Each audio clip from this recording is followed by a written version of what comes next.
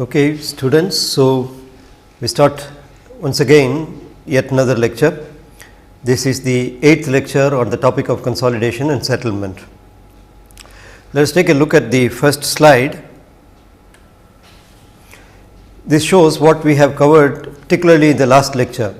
We covered two very important concepts in the last lecture and also saw a few examples to illustrate some of the concepts we had seen a little earlier. The topics we covered were the so called secondary consolidation and the so called radial consolidation.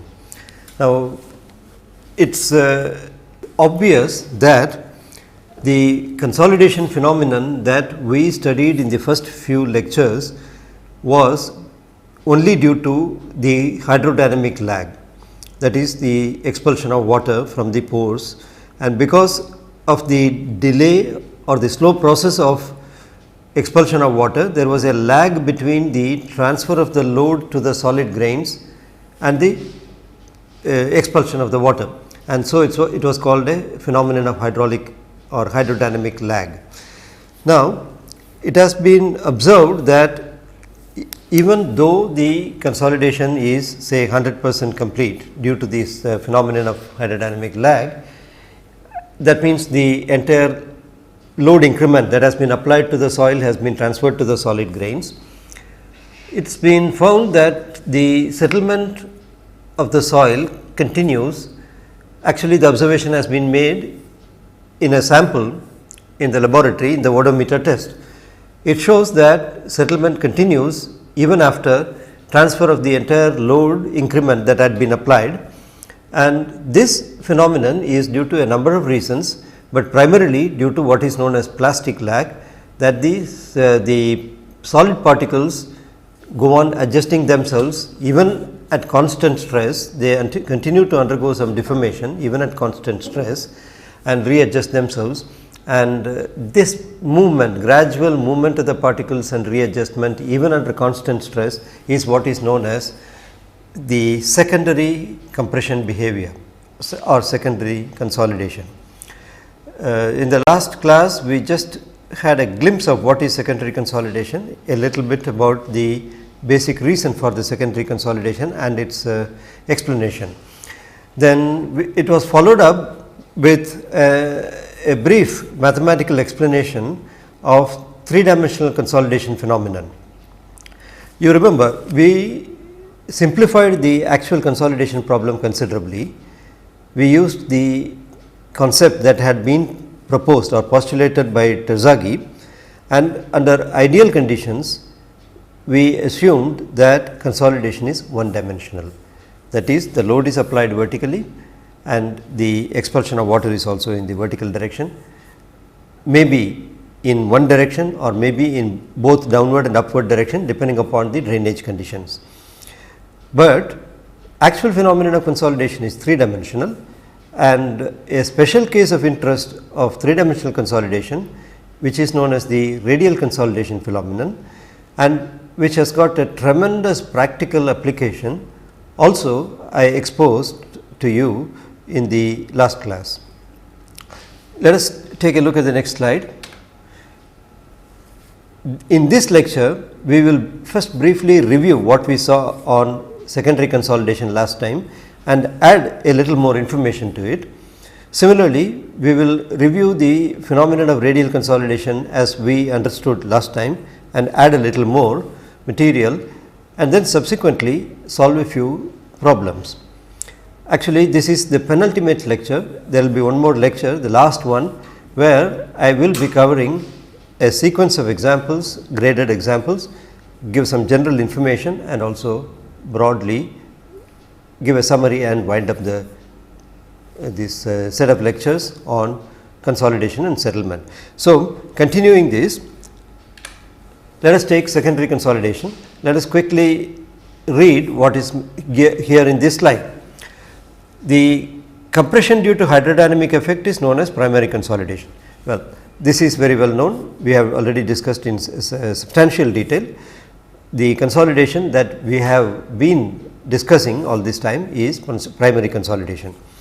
But some clays continue to exhibit compression and reduction of voids even beyond the primary consolidation stage at constant effective stress due to what is known as plastic lag, and this is what is known as secondary consolidation. So, this is merely an emphasis on what I had just now mentioned, that is secondary consolidation is essentially due to plastic lag.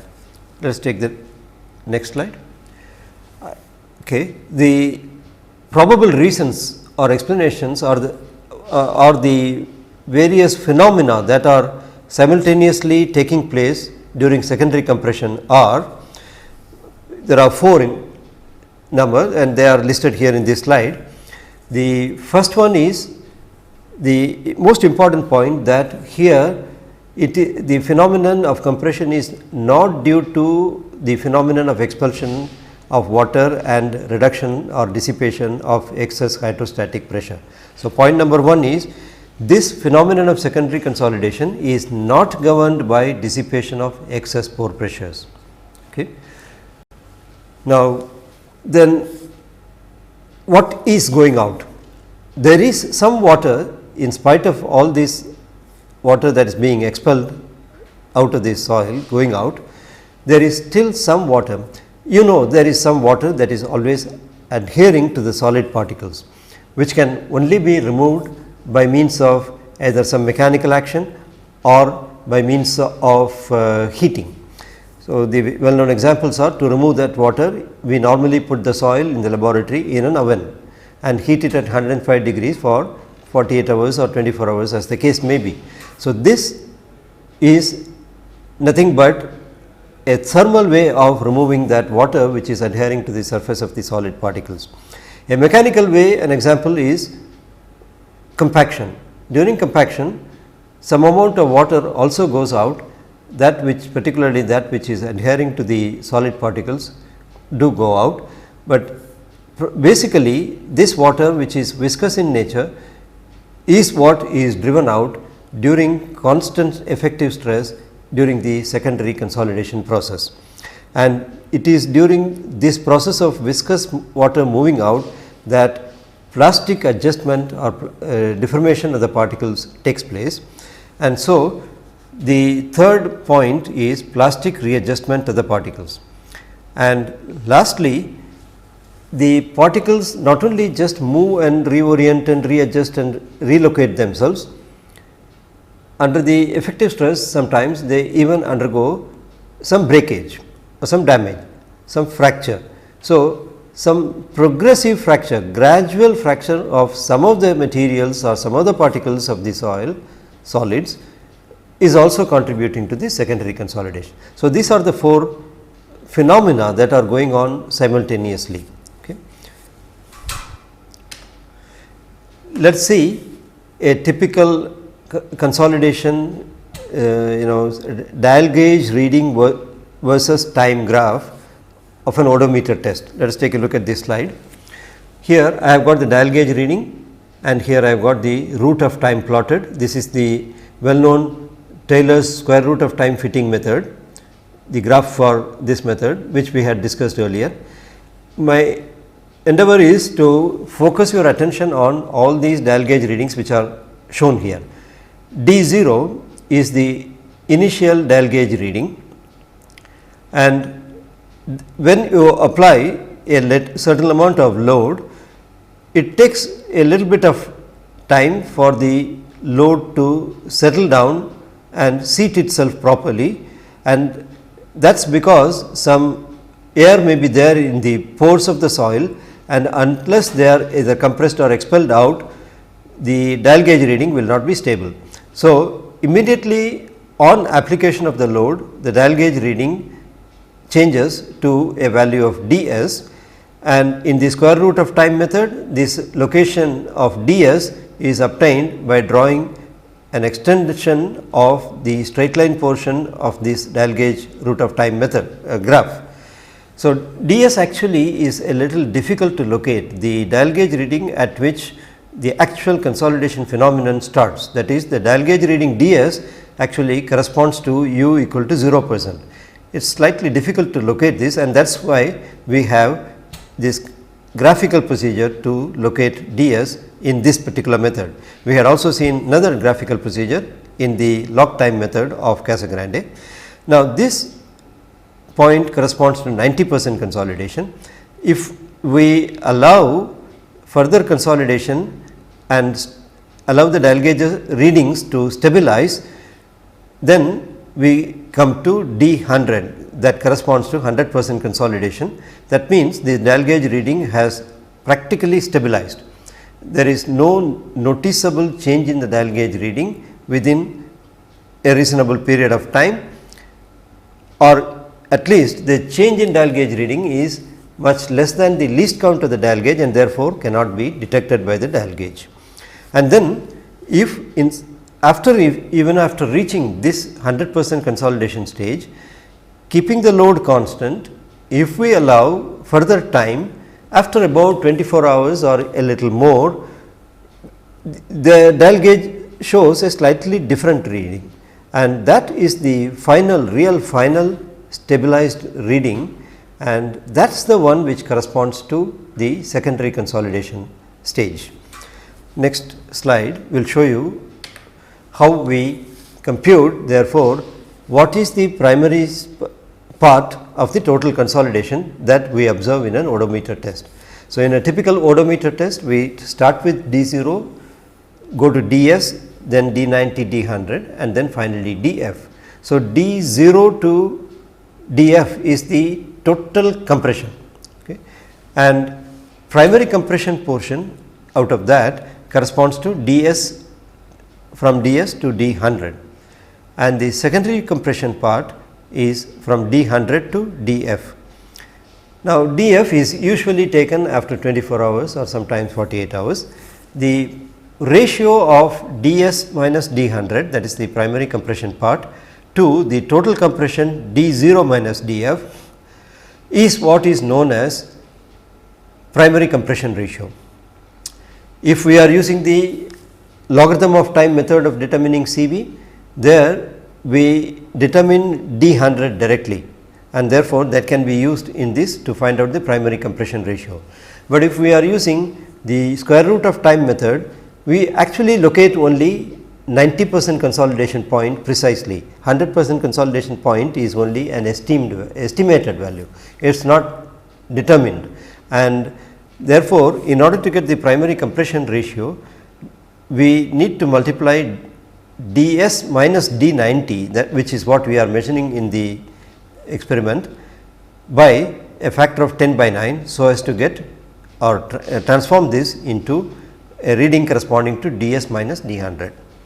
Well, this is the primary compression ratio, that is the part of primary compression out of a total compression. So, the remaining part is the secondary compression. Now, a little more about this secondary consolidation. If you take a look at this curve, you find that the 60% point corresponds to something here, and the deviation from the straight line nature of the curve starts somewhere here itself. So, this makes one think as to why that deviation is occurring. It has been noticed that around 60% consolidation itself, the secondary consolidation gradually starts manifesting itself, though in a very small way, minor way.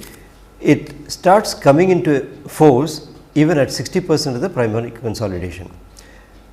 However, we ignore this and we generally consider the secondary consolidation to be occurring only after the 90 or 100% consolidation stage of the primary consolidation.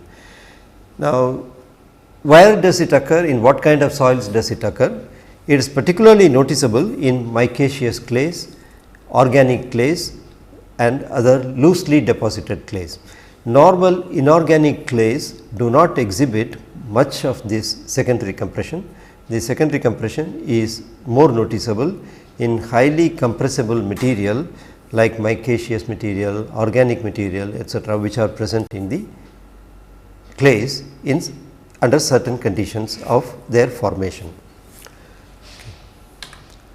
Now, how does one compute this secondary compression and how it progresses? Or in other words, in the case of primary consolidation, we were interested in two aspects basically, the total compression or total settlement and time rate of settlement or time rate of compression. In the secondary consolidation as well, it will be of interest to us to also know the rate at which the secondary consolidation proceeds, because as we saw in the discussion that just preceded, we can compute the total secondary compression from the dial gauge reading versus time curve from the odometer test data. So, the total secondary compression is easily obtainable. However, the rate at which it takes place is also important, and that can be done by approximating the EP curve again. Suppose we take the void ratio and pressure.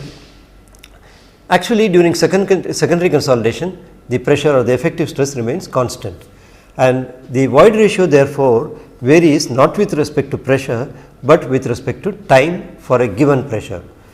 For a given constant load increment, the void ratio actually varies with respect to time.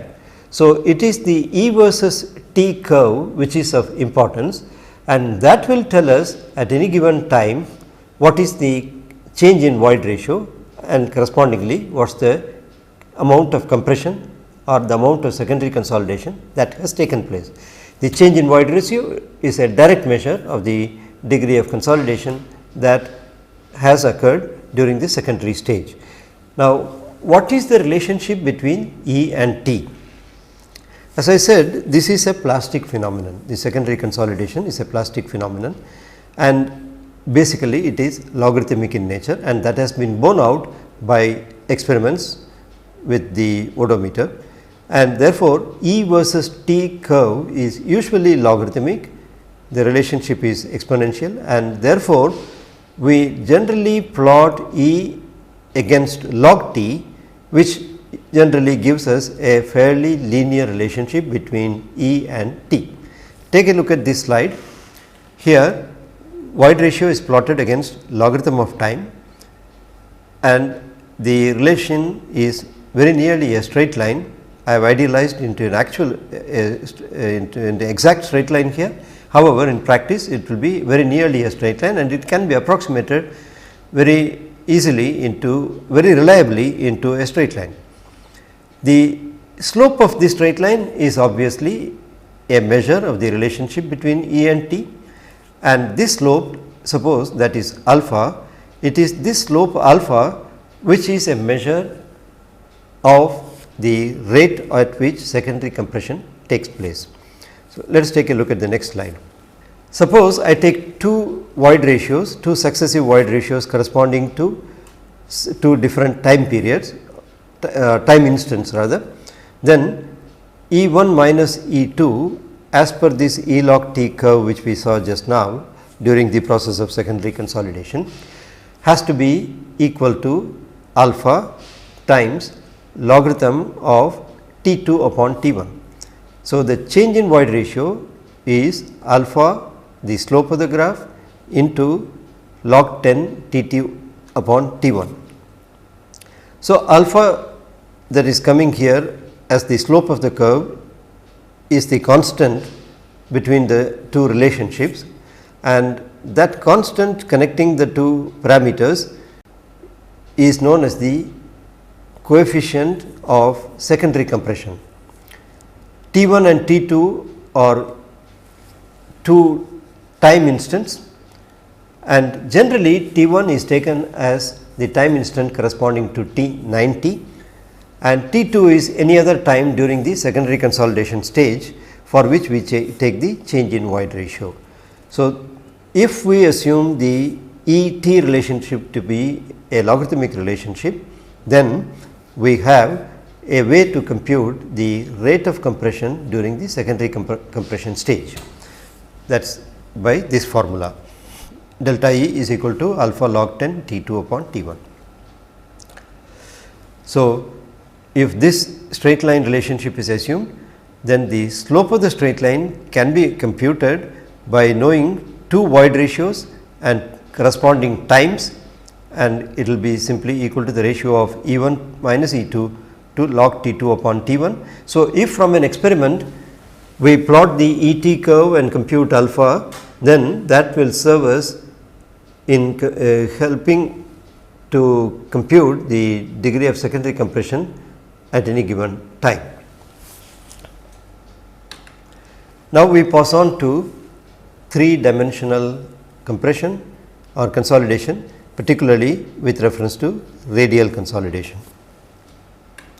Take a look at this slide.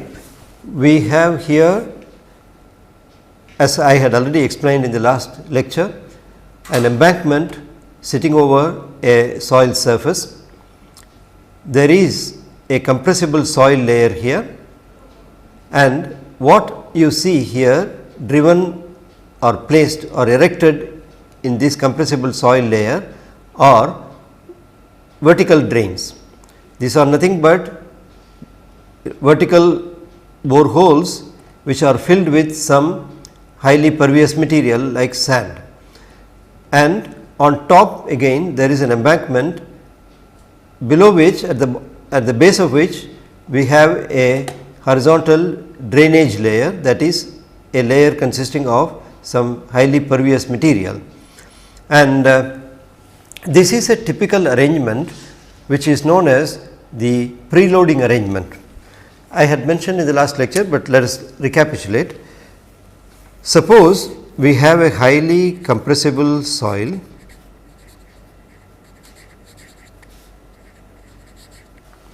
and we want to build a structure on this, maybe a building, maybe a tank. Now, some of these buildings may not be able to withstand the time rate at which the consolidation takes place. If the consolidation takes place over a very long duration of time, these structures may not be able to adjust beyond a certain limit, and therefore, it is seen that it is advantageous in such cases to first consolidate the soil and then put the structure, because we have seen a phenomenon known as pre-compression, in which we said that in the past a soil is subjected to a certain amount of load, which for various reasons is taken off later on, either naturally or artificially, by natural processes or by man-made techniques.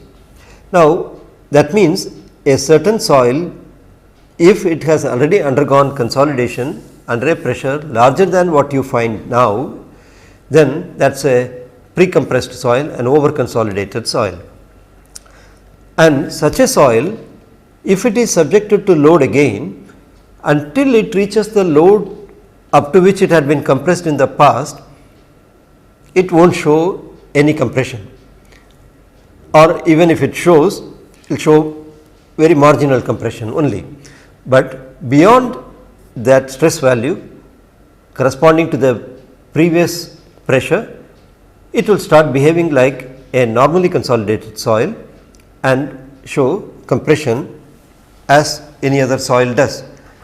So, if we take E versus P curve, if this is the virgin consolidation curve and suppose some pressure has acted on a soil and reached a value corresponding to P maximum, and then the stress has retreated due to either natural or other causes, and once again now by building a structure we are overloading it, and up to the value of P max, pressure corresponding to P max, there will be very little compression because the soil has already experienced compression under that, and then it will continue like a normally consolidated soil beyond this point corresponding to P max.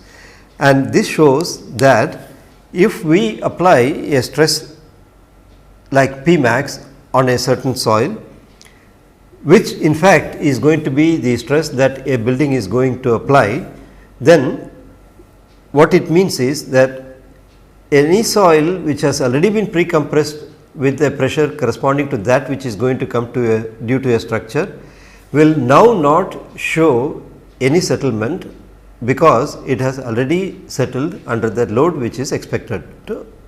So, this is taken advantage of in practice, and very often in such situations where we want accelerated consolidation, then we use a method known as the method of pre-compression or method of preloading with sand drains, preloading with sand drains.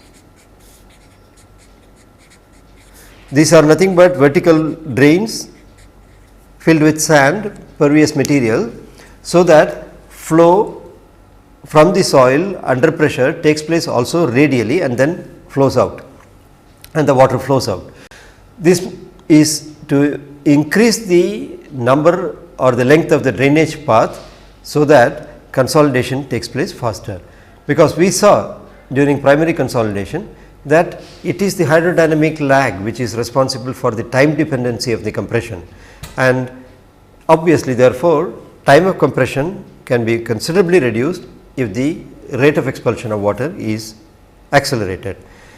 And this is an arrangement where an embankment is built over a natural soil, and this serves as a preload, and under this load, if with sand drains we allow this soil to get consolidated, then the soil undergoes compression due to this preload, and now after it has undergone compression, you can remove this preload and replace this with the actual structure, and since already compression has taken place, there will be no further compression and the structure can be expected to perform without distress comfortably. Now, this preloading and compression is a phenomenon of radial consolidation, because here we have water flowing radially as well, as shown by these arrows, and then subsequently water flows out vertically outward, because there is a drainage layer here which carries away the water that comes up. So, the excess hydrostatic pressure has now more avenue for dissipation, and therefore, the consolidation is faster. If you look at this, actually the compression is taking place not only radially, but also vertically. So, that is, the compression is vertical in fact, and the flow of water is not only vertical, but also radial, and therefore, we have to find out the resulting vertical compression as a result of two components. One is the usual vertical compression that takes place due to vertical flow, and another is a vertical compression corresponding to radial drainage, which is known as U radial. So, we will see the method for computing the total average consolidation U as a function of the average consolidation due to radial drainage and average consolidation due to vertical drainage. It might also be worth noting here that the preload should be applied in such a way that it does not cause failure of the soil.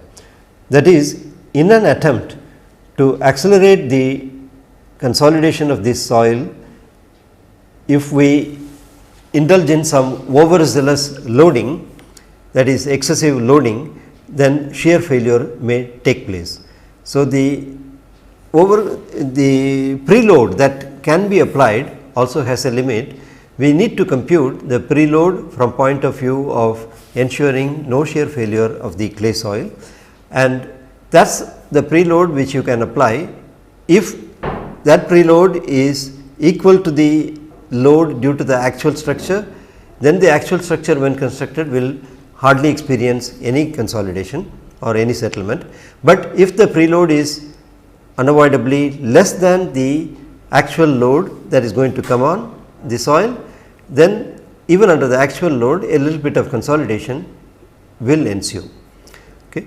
But in practice there are ways and means to apply this preload in such a way as by gradual construction, that is, the embankment can be preloading embankment can be constructed in stages, so that the final required load can still be applied without causing shear failure of the soil.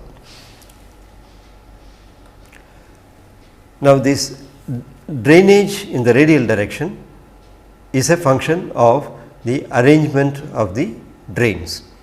There are two kinds of arrangements, two patterns actually, two geometrical patterns of arrangement. Take a look at this slide. There are two arrangements shown here. One is the square arrangement, another is the triangular arrangement. If you take the square arrangement, here we have dimension L, L, L here, and each dot here represents one sand drain. And what is the possible influence zone of one sand drain? It is very easy to understand that this sand drain and the adjacent sand drain here will share half the area lying between them. That is, a sand drain here, basically because it is circular in or cylindrical in shape, will have an influence zone which is also cylindrical.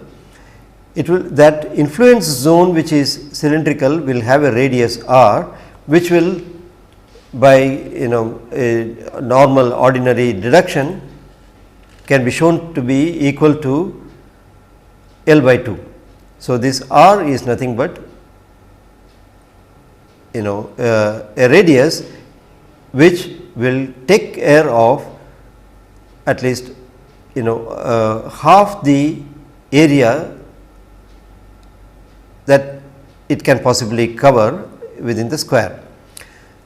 Similarly, if you take the triangular arrangement as shown here, this circular or the cylindrical drain will cover 6 triangular areas as shown here, and each triangular area can be shown to be equal to 1/3 of the bigger triangle.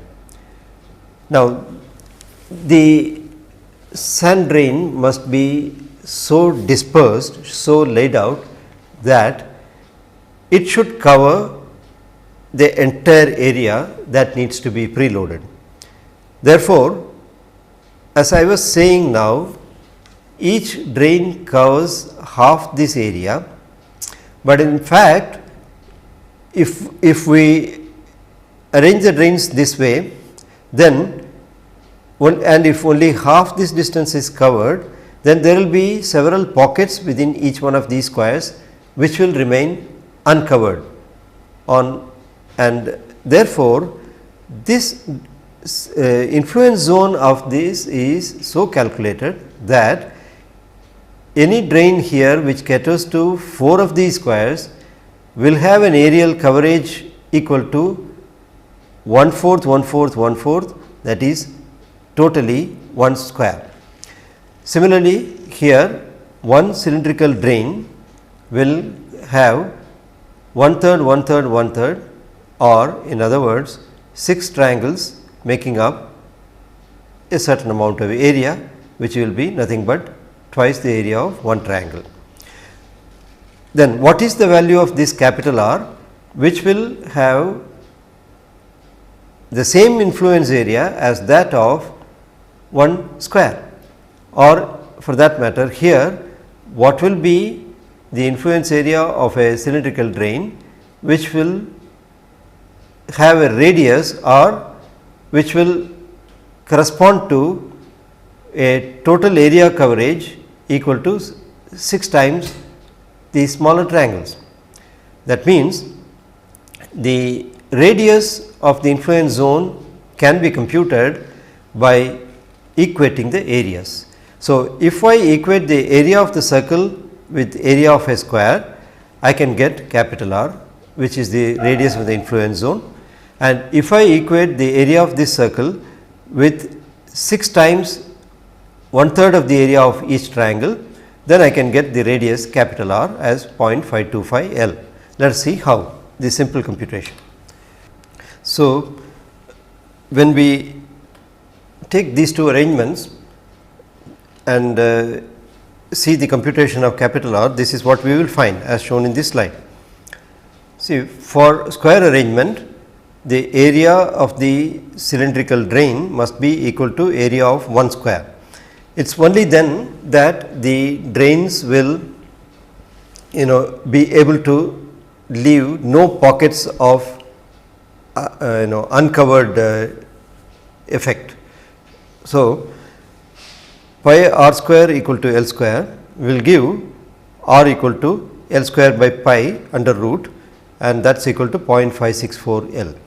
On the other hand, if we take the triangular arrangement, each cylindrical drain will have to cater to 1/3 of the neighboring triangle, and therefore, totally 6 triangles of this area should be equal to pi r square.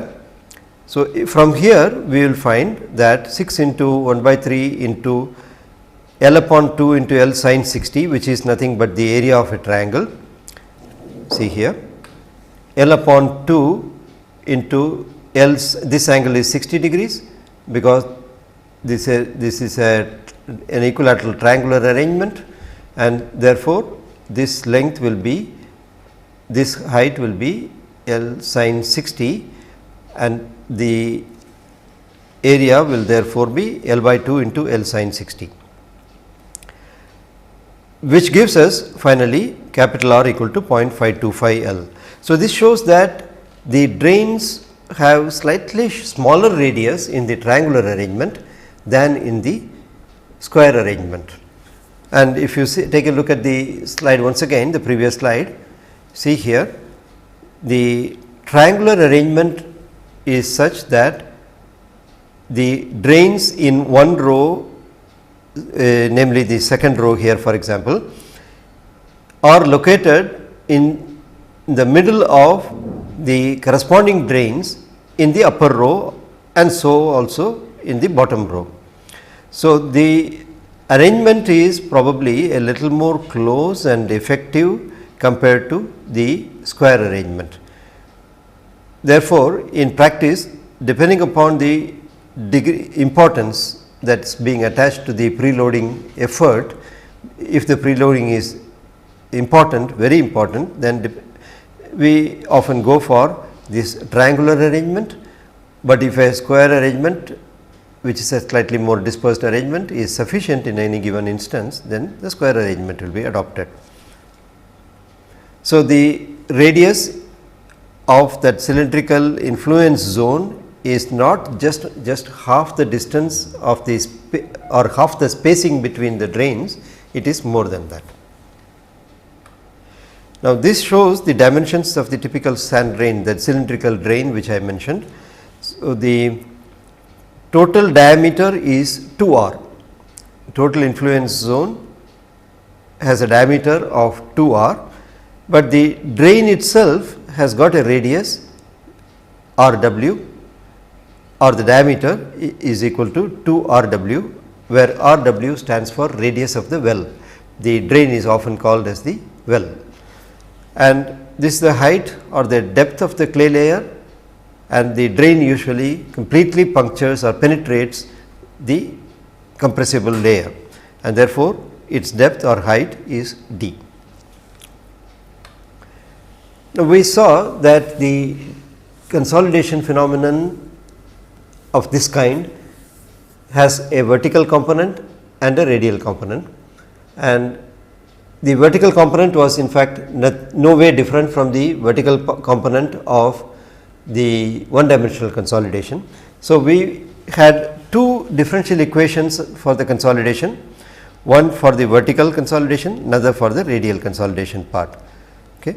Now, we saw that a solution has been advanced for this, that is the average degree of consolidation u, which is a function of the vertical and the radial components, can be expressed by this expression 1 minus u equal to 1 minus u z into 1 minus u r.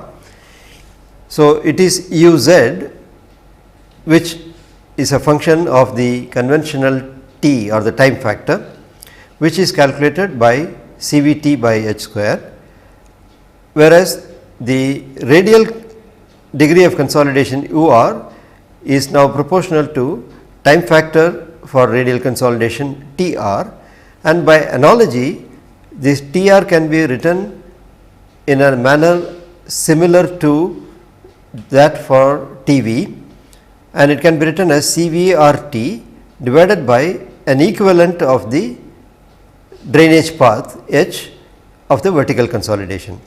Here we see that the influence zone of a cylindrical drain extends over a diameter of 2r.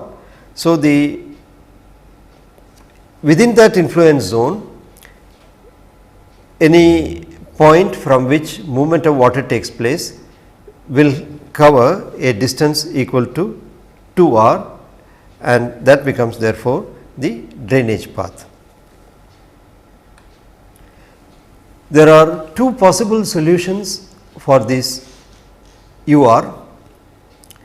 One corresponds to the so called free strain condition, which is a situation that arises when you have a flexible loading at the top, and another is the equal strain condition, which arises when you have a rigid loading on the surface.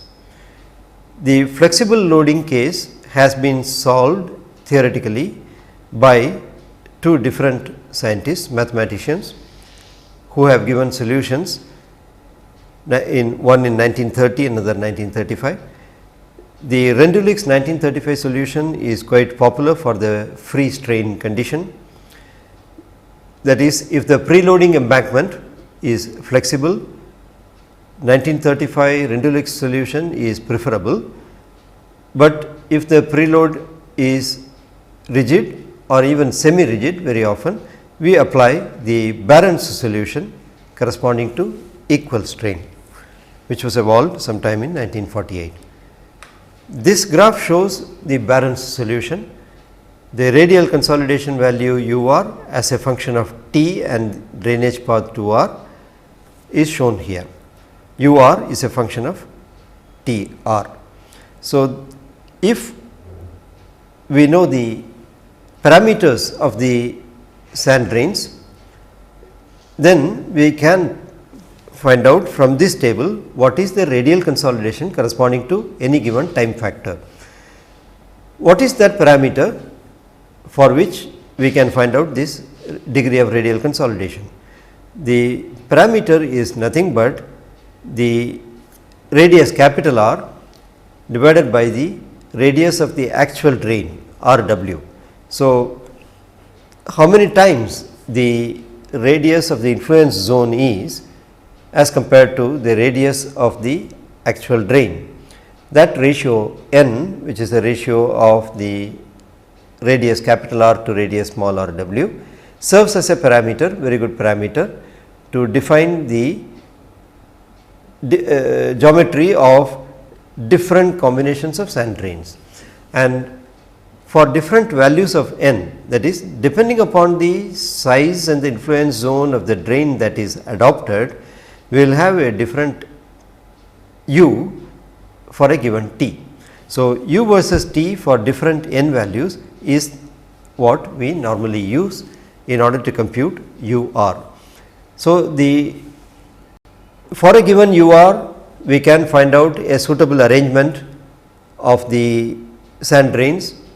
Once we decide the layout, square or triangular, we can work out capital R suitably. Or if we have a certain arrangement in mind and certain dimensions in mind, we can from this chart correspondingly find out UR. Very often it is the design of the sand drains which is required in practice. So, we arrange these sand drains, their relative values of capital R compared to the diameter of the drain itself, in such a way as to achieve a desired degree of consolidation within a desired period of time. After all, the very purpose of preloading and radial consolidation is to accelerate the consolidation, and therefore, there is no point in getting the same degree of consolidation over a long period of time. So, in order to really accelerate, we can define what is the degree of consolidation which we want within a given time t, and find out what combination of the sand grains will give you that degree of radial consolidation. Okay. This is an interesting point which probably requires a little more elaboration. See, we are having vertical consolidation, corresponding to which we have a formula CV T by h square and T, or T is equal to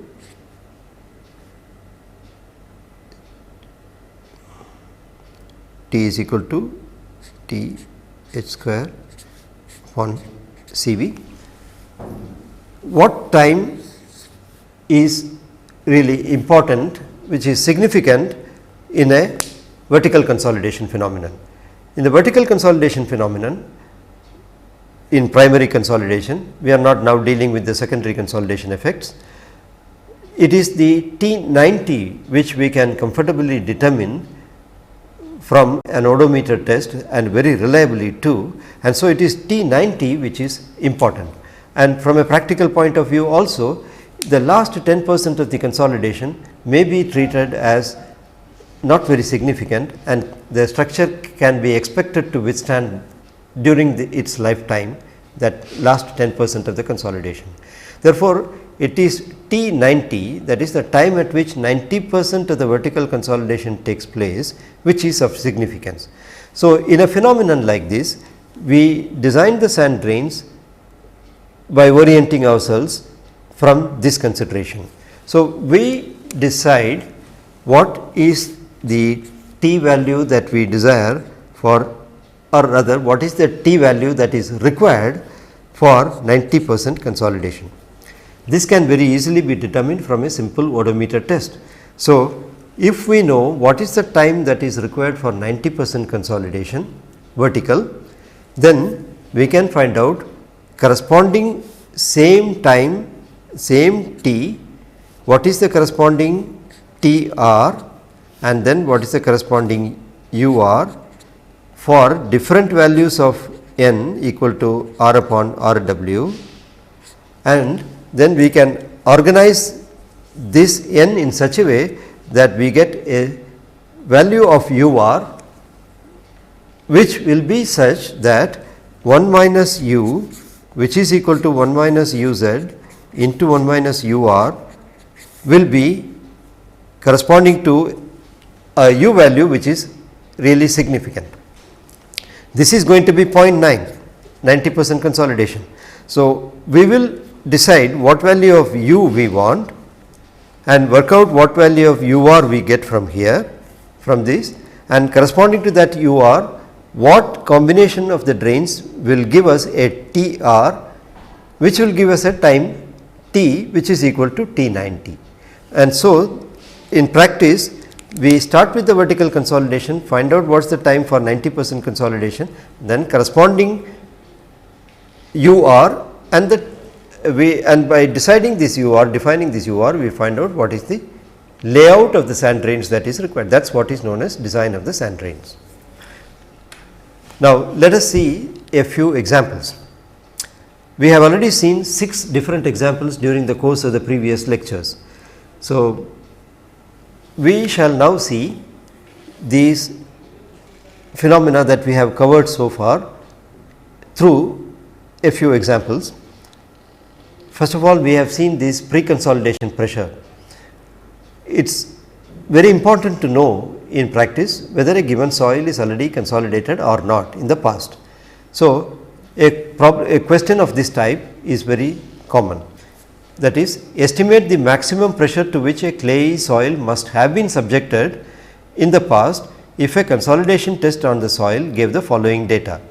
So, a typical consolidation test has given the data corresponding to load and void ratio. So, in kilopascals, if these are the loads and these are the void ratios, then we can plot this load versus void ratio in the form of a E versus load curve, that is E versus P curve. This E versus P curve is the one which we shall be using for locating the pre-consolidation point. If this curve is something like this, so we have one part of it, then from here this recompression part is the one which we have, then we draw a tangent, then we draw a horizontal from the point of maximum curvature,